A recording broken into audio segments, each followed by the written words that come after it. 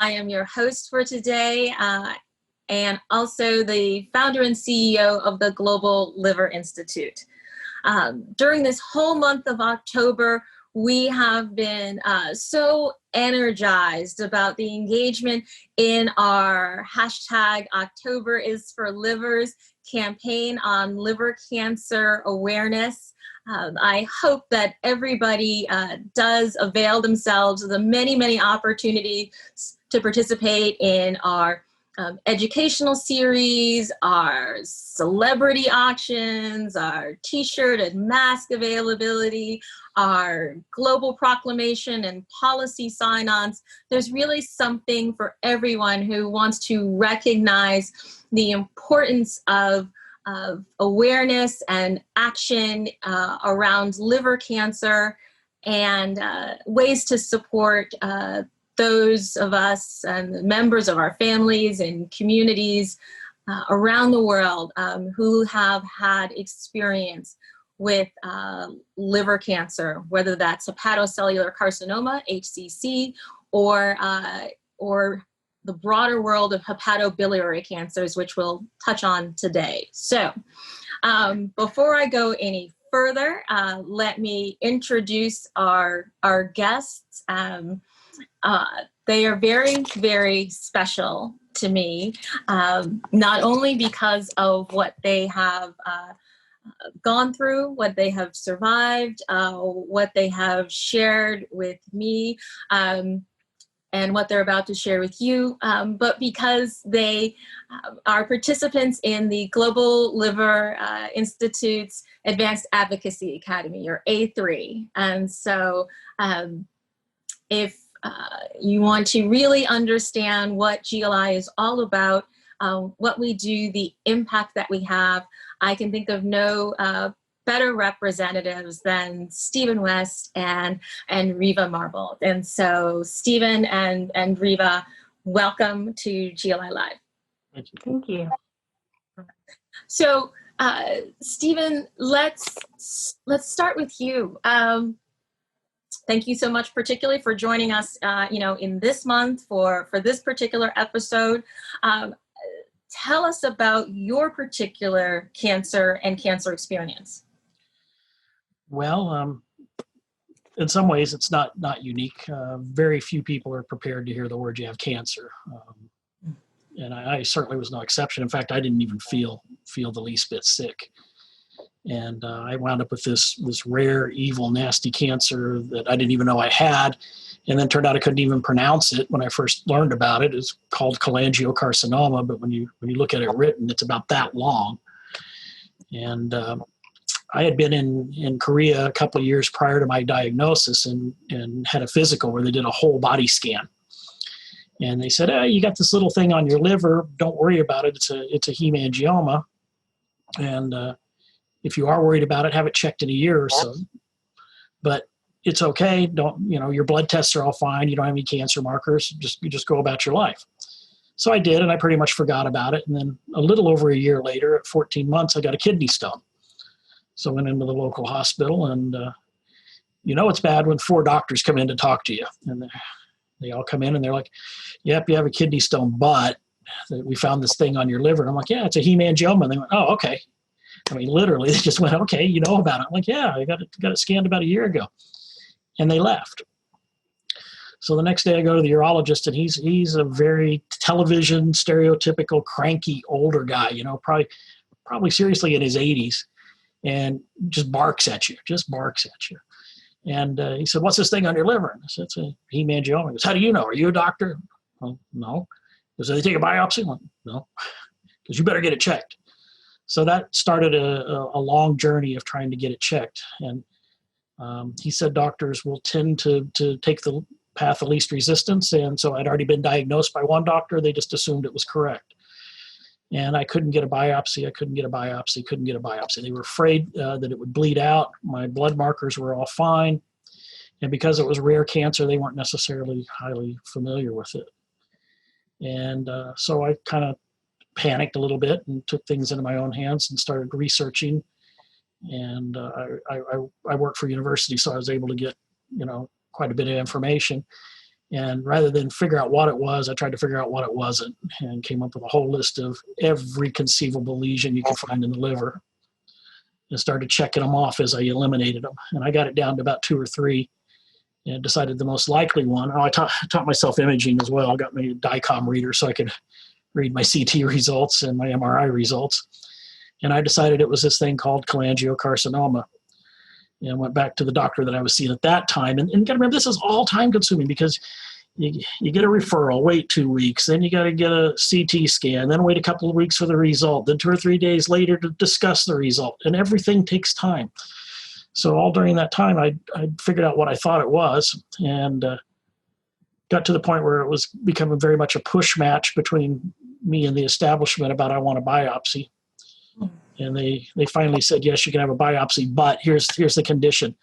When this thing comes back negative, you have to stop your crazy stuff. You got to stay off of Google. You got to quit, wanting a new CT every 2 weeks. We've just got to stop this.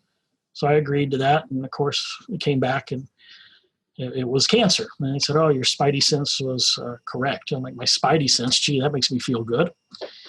And those were their exact words. And so because I'd had that time to figure out what I thought it was, I already researched a particular doctor at one of the major cancer centers here in the U.S. And I had contacted him within 15 minutes. I'm texting him, or I'm emailing him on my phone as I'm driving back from the date of diagnosis. And he's like, well, you can come down and see us. You can have a telephone call with me on Wednesday. And this was the Friday of the Memorial Day weekend. He said Tuesday is going to be kind of weird because Monday we're closed. And it's going to take a little catch-up time, but I'll give you a call on Wednesday. So got home, discussed this with my wife, said, look, this thing kills 95% of the people that get it. Let's just go down there. So I write the doc back and say, hey, that meeting that we're supposed to have on the phone on Wednesday, let's do it in person. I'm going to be there. And he fires back like in 30 seconds. You can't get into this hospital in 1 day, and it's effectively what you're doing. You've got Tuesday to do this on, and we can't get you in 1 day. I'm like, well, I got a lot of vacation time. I don't work during the summer. Tell you what, I'll just be down there. So when you can get me in. And he said, well, just show up Wednesday. You might have to wait all day. And then that started the process. And they had done down there, you have at a major cancer center, you're treated differently. They'd done everything that had been done in the previous 8 months in 2 days, all the tests again, all the imaging, everything within 2 days, and had scheduled a surgery for 9 days later. Wow. That is, you wouldn't be alive today without your own self-advocacy, No. Own persistence, and though you didn't go to medical school, your own just knowledge of yourself and common sense and ability to research. So kudos to you. Well, it's scary. At the time, my little girl was just barely 3. Mm-hmm. And knowing that this thing kills, 90+% of the people, it was scary. I'm worried about her future. I'm worried about my wife's future, who's an immigrant. How am I going to provide for them if I'm not here? All those things go through your head very quickly and bounce back and forth amongst all the other stuff in there. And then the fact that I had, some 8.5 centimeter softball sized thing inside of me that I couldn't even feel. That's a lot all at once, but you got to realize, it's a rare cancer, and these local people, as nice and as educated as they are, if they don't see something enough, they don't necessarily know it. They're going to go with what they do know. So yeah, being my own advocate and doing my own research and finding people that were smarter than me to help me, that saved my life. They don't take our, other degrees away, like this one, behind me, when we get sick. We still have the skills, the professional skills and that education and knowledge and literacy that we can apply to our illnesses and conditions. And so often when we get the label of patient, everybody assumes that we know nothing about anything and are completely, helpless and, just really are starting from zero, when we have this, varied, life experience that we do bring to our lives as patients. So, and yours was quite extensive. As you said, you work at a university. Yours is quite extensive, beyond that, and you applied that. So, Reva, that was a great prompt that you deserve attention to. I was coming to, yeah. Sorry. No. This is live. Remember the episode when my mother called me? That was my sister. No problems. Reva, you have had both liver cancer, a different type of liver cancer, HCC, and liver transplant. So tell us about your patient experience. Well, it was the mid 80s. I was one of those lucky individuals that was diagnosed with HIV and hepatitis C both at the same time. And back in the 80s, there wasn't a lot of treatment for hepatitis, and they pretty much told me I was going to die anyway. What's the point of even pursuing that avenue? But I'm pretty tenacious. I have a strong will. I knew that I had to get someplace that would take care of me. I had to go to a city because I was from a very rural area, and I had to drive an hour just to get blood work and things like that. And so I moved to the greater Cincinnati area, which is a lot bigger. And I got involved in a lot of clinical trials to try to cure the HIV, which after several years, I received the medication. It's called the cocktail, which took care of pretty much the HIV, which is kind of unusual that that's the last thing on my mind nowadays. But I'm jumping ahead. But so the HIV was under control. And so my doctor said, well, guess what? Now we're going to try to cure your Hep C also. And by then, it's the mid 90s, and there were treatments available, but they were honestly pretty awful. The side effects were horrible. You had to inject yourself. You had to get so many tests and biopsies. And biopsies, if anyone's never had one, especially as liver patients, when they go in through those ribs and you're laying in unusual positions for sometimes an hour for them to just get that one sweet spot, it's really difficult. And I went through that for many years, and my Hep C wasn't cured, and my liver became scarred over all those years and became cirrhotic. It was when I finally did get my transplant, they said it looked like a big slab of bacon. But I went through all the Hep C treatments, and eventually in the mid 2010s, I did receive a cure for hepatitis C, and I was elated. I thought, here we go. Now everything's golden, because had been from the 80s to the 2010s. We're talking 20 some odd years that I've gone through biopsies and studies and scans and tests, and my veins had collapsed from all the treatments. And after I received the cure for Hep C, they said, well, hey, hang on, there's a spot on your liver. And they've kind of been watching it, and they said it's probably nothing. People have these little spots sometimes, but we're not going to worry about that right now, which I understand now. You can't put the cart before the horse. There's a process that you kind of have to go through. And I had a lot of trust in my people, my team, my hospital, my doctors, and science, because they had made me, it wasn't a cure for HIV, but it was I could live like anybody else now. And with the Hep C, I no longer had to worry about the infection. However, I did develop cancer anyway, because all those years of going without treatment, that's what happens. If you are left without being cared for and you don't receive treatment that will cure what's going on in there, you probably will go on to develop cancer at some point, and I did. So I was treated with chemo and radiation, and that was another scans and biopsies and just constant testing and running back and forth to the doctor and being horrified.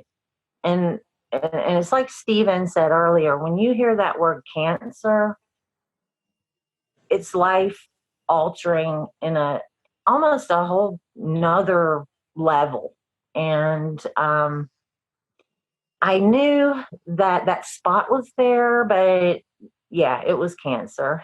So in order for me to be cured of the cancer that I had, which was hepatocellular, that's so hard to say, hepatocellular carcinoma, a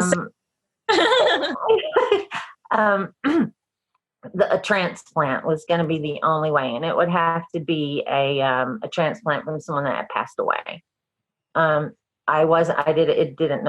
It wasn't qualified for a living donor, the type of cancer that I had and my cirrhosis and stuff. So I did get rushed onto the transplant list, which is an arduous process in itself. You, again, go through some of the most strict testing possible. You have to maintain a perfect lifestyle. You can't drink, you don't smoke, you do everything they say. You show up for your appointments. So I was determined at this point that I had survived so much that I wasn't going to let this get me. I had gone through too much for too long. So I did what they said, and I was monitored throughout this whole process. And I think that's something that was really important for me.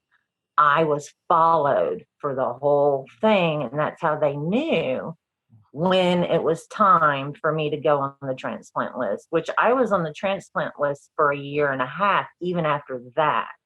Mm-hmm. Even after the chemo and the radiation were keeping my tumors small, because if your tumors get too large, you don't qualify for a transplant. So we were just trying to keep everything small until I could receive my transplant. And I did receive my transplant in October, on October 5th of 2016. That's why I love October so much. Yay!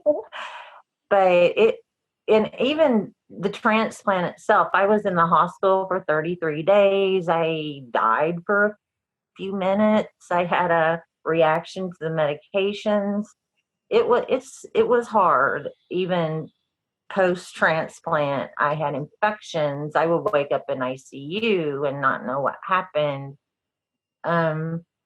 I did develop PTSD as a result of the trauma that I went through because of the illnesses and the testing and the hospital stay and gripping onto that hospital bed and being afraid to fall asleep, mm-hmm. because I was certain that I would die if I slept. And even 1 year later, after the transplant, it was difficult emotionally and getting used to the medications, because you have to take anti-rejection meds, which was something that I didn't even consider. I didn't consider the side effects, because what are you going to do? Are you going to say, no, I don't want to do that because it's going to make me grumpy or whatever. But it took me about 1 year just to get used to the meds that I'm taking. But now I'm just going to jump ahead. 4 years later, it's taken me about this long to become emotionally adjusted and ready to go out into the world and say, I think I'm okay now. it was hard. But It now it's better. speaking on this side, 26 years post liver transplant, it is difficult. The first 3 months, 6 months, year, even first few years, my mother still checks my eyes to make sure that they're not jaundiced. And so it's hard not only on the patient, but on the family, and that process of surviving the trauma, even with the best of care, it's a lot. And your experience, I think, is not uncommon in terms of the long-term impact, even when things turn out well. Everything that you two have shared with us, perfectly exemplifies why our liver cancers, plural, awareness campaign this month is called October is for Livers, and taking that broad view and approach, because we've touched on rare disease, common diseases, infectious diseases as drivers for different types of liver cancer, imaging, blood work, transplantation, being just connected to care, in having access to insurance, to selection of physicians, having that patient provider conversation in a way that can be effective to getting what you need to get, overcoming skepticism, and so putting all of these pieces together to be able to have the lives that we are now able to lead, in this definition of healthy, takes a lot of different stakeholders, takes an understanding of an entire ecosystem of healthcare, which is why we created the Advanced Advocacy Academy, to equip patients as they are transitioning from patients to patient advocates, and maybe even in some cases patient advocacy organization leaders, but want to transform those lived experiences into changes in policy or healthcare system design, so that the patients who come behind us have an easier time of it, really at its most basic level, and are assured of the innovations and care that saved our lives and sustain us today. And so, Stephen, how did you first hear about A3, and tell us about what it's been like to participate in the program? Well, I knew this question was coming, and I can't remember how I first found out about you, Donna. I just know that it was like 3 or 4 years ago. And then went to Washington and started learning. That's I think we probably had a mutual connection somewhere, but I've gone through all my old emails, and I just can't remember. Can you? Maybe part of our partnership with the Cholangiocarcinoma Foundation and maybe Lisa Kane and those, collaboration has been the hallmark of GLI's approach to advocacy, and our relationship with other organizations in the space, and the fact that they would trust us with their patients and make recommendations and referrals of patients like you to us. I think that's how you got to us. I think so too, but I can't remember. It's more than yesterday, We're excited that it's hard to imagine a life before I met you, Stephen. I'm so lucky. Thank you. But no, what have been some of your takeaways from participating in A3? Well, it's multifaceted, Don. I can't say this was the greatest or that was the greatest, because it's all interrelated. Everything is interrelated. Probably one of the larger things was learning that some of this government stuff.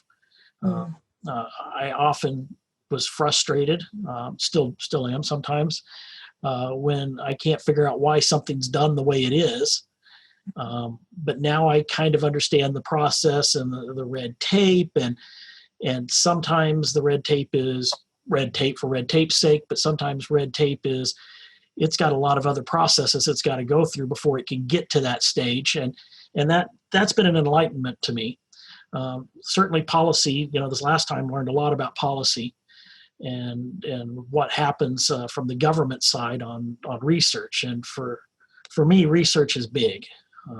As you know, I've represented GLI as a peer on that medical research proposal for the congressionally medicated medical research thing.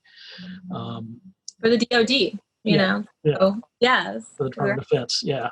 And so in that process, I've reopened a can of worms that I'd previously closed about how do we get to stages where we're getting to with research and clinical trials, why it's done this way, how valid is data, what's the real reason that p value is important, things of this nature. And it's enlightened me enough now where I can use these pieces with other pieces that I may have already had in my toolbox.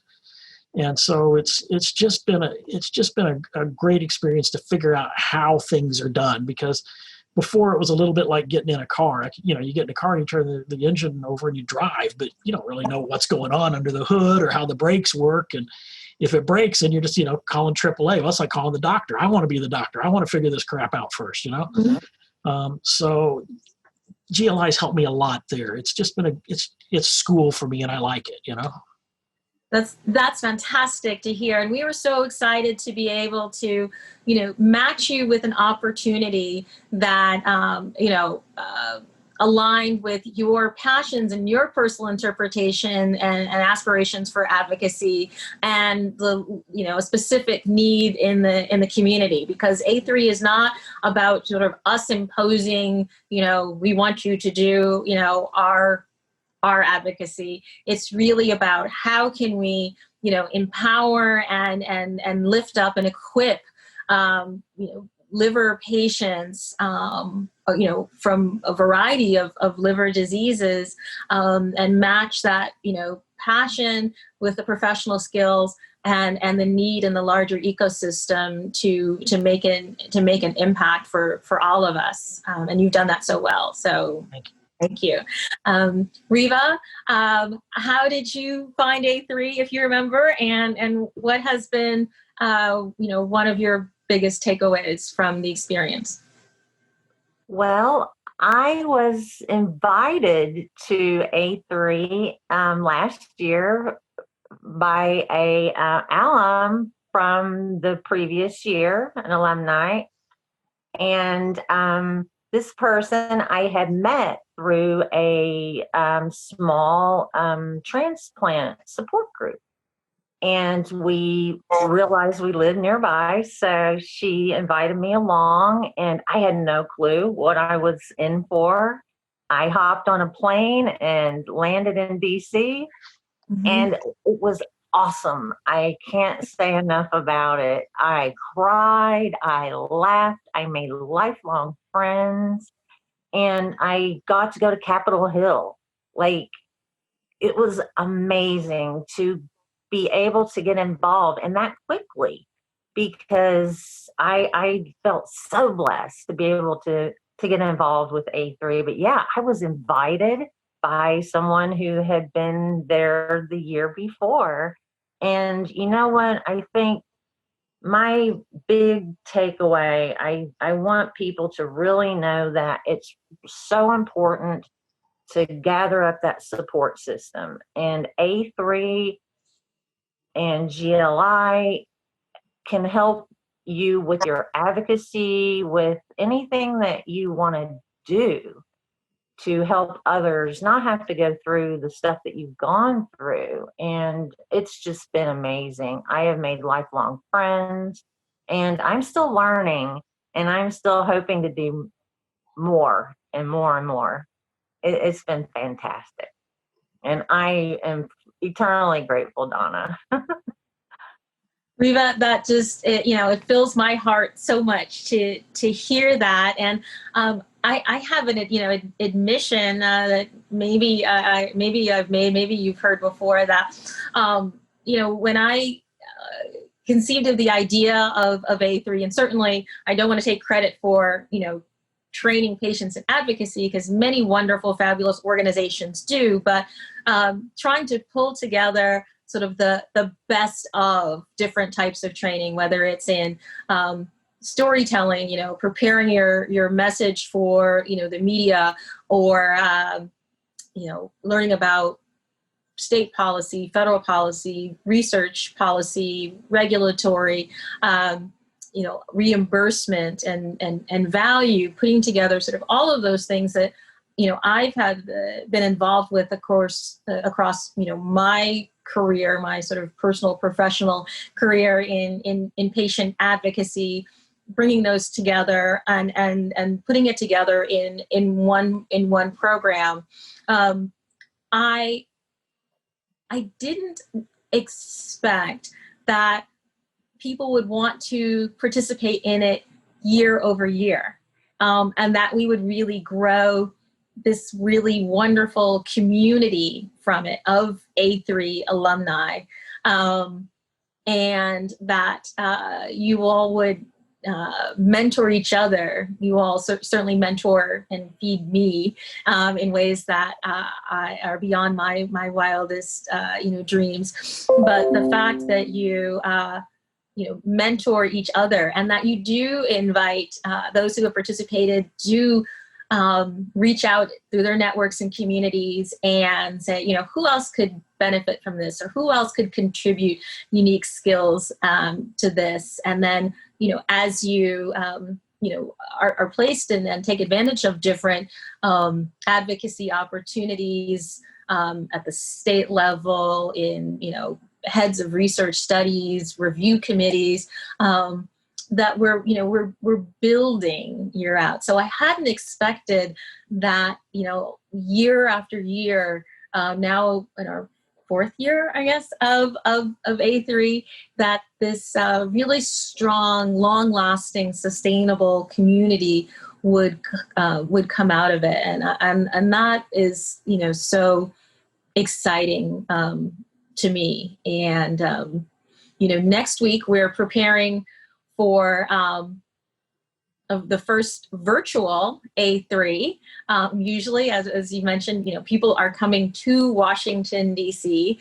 I've enjoyed having it hosted at my alma mater, Georgetown University Law Center, to give people sort of a taste of what it means to be, at the foot of or on, Capitol Hill, and part of that law school environment. But given the current global circumstances, we have converted it into a virtual program, but that has allowed us to, invite patients, include more patients from around the world. And we have patients from outside of the U.S. Participate before, particularly from Canada and Mexico. But this year's A3 class will be the most diverse and international ever. And, you'll have to give us feedback on how the this year's advocate, works for you, and the didactic sessions versus the live sessions, and the speakers that we have, and how all of that works. But I'm so excited that you'll be able to see that again, and interact and guide and mentor the new patients who are coming into this. And for people who are listening, you can still sign up and register at the globalliver.org website. So let me sort of end this by asking, for those of you, for having participated in A3 so far, what is something else that you'd like to learn or add to your advocacy toolkit? Stephen, you go first. Oh boy, I don't know. I haven't really thought that question quite that way. what still confounds you Um, about healthcare? Like, why do they do that? Or why does this actor, whether it's a payer or a hospital or, what well, what's the there's a challenge? lot that confounds me about a variety of the research things, but I get that. I can figure that one out. Mhm. What I can't figure out is the insurance stuff. Okay. The rules change faster than I can keep up with Mhm. them. The various companies have their own rules within their rule sets. Patients, because I do a lot of my work mentoring new patients who've just been shell shocked. They sometimes don't know how to approach the insurance company to get a different decision, or to force the issue up the ladder, and they'll accept sometimes the first response, which may wind up being the last response. But if you don't try to change it, it's definitely the last response. So insurance companies have become a dilemma for me because rules and laws and states even have different things that behave differently from state to state.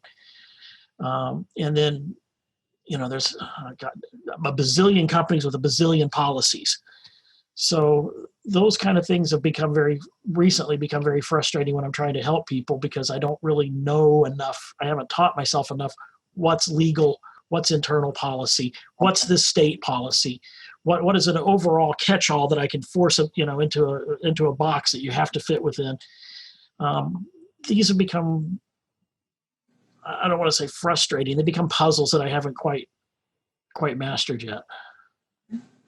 Excellent. So navigating reimbursement coverage and insurance companies, that is an excellent subject. And the side thing on that is drugs. Drugs have their own stupid, freaky rules.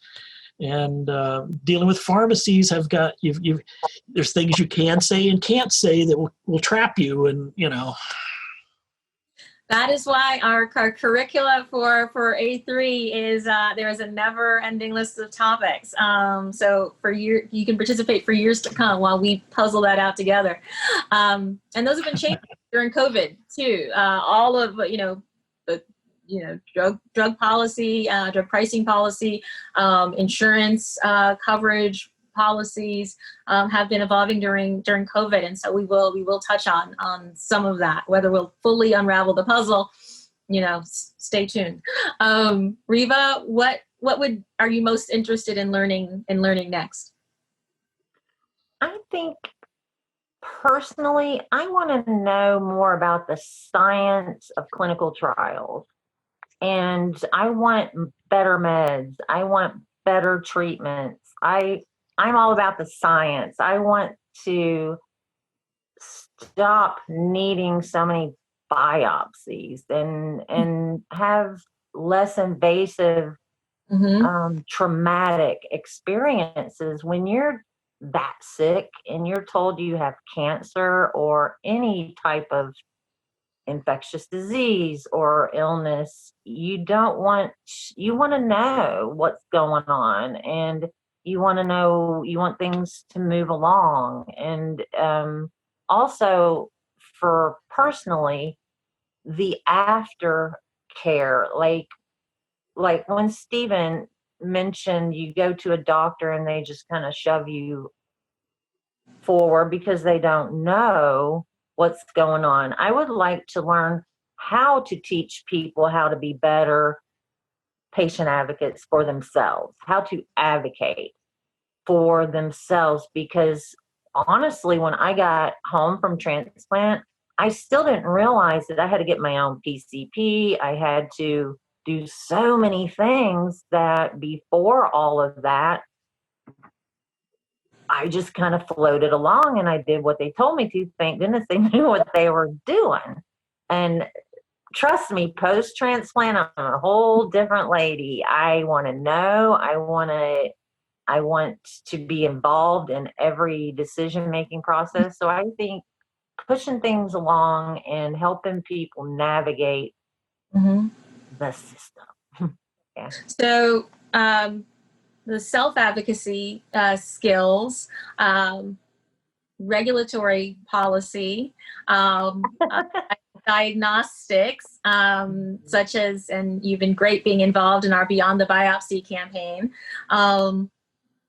are all topics that we work on, and that we'll touch on. But I think what I want people to take away is that patients have a lot of questions, a lot of interests, and that there is so much. We can't transform the healthcare system for patients without patients, and to have patients who are really educated and fully equipped to contribute and participate in optimal ways in those conversations, in the rooms where they happen, because you can't end something without quoting Hamilton a little bit, and really not just being the recipient of care, but being a participant in the design and of care, and how it's delivered, and how the care is even developed when it comes to the drug and device side is our goal. And I think that it would make healthcare better for everyone, not only for liver patients, but for all patients and the other stakeholders involved. And so I thank you for not only surviving, but thriving, and persisting through your various liver cancer and transplant experiences, for sharing them as part of the A3 community, and participating in our conversation today. So thank you so much for that. And to everyone who has listened to this, I hope you have found it helpful. There are past episodes of GLI Live that you can find on our YouTube channel and our website, globalliver.org. Please access all the information and activities involved in our October is for Livers campaign. And if you'd like to participate in this year's or next year's A3, please also sign up on our website. So until next time, bye-bye. Thank you.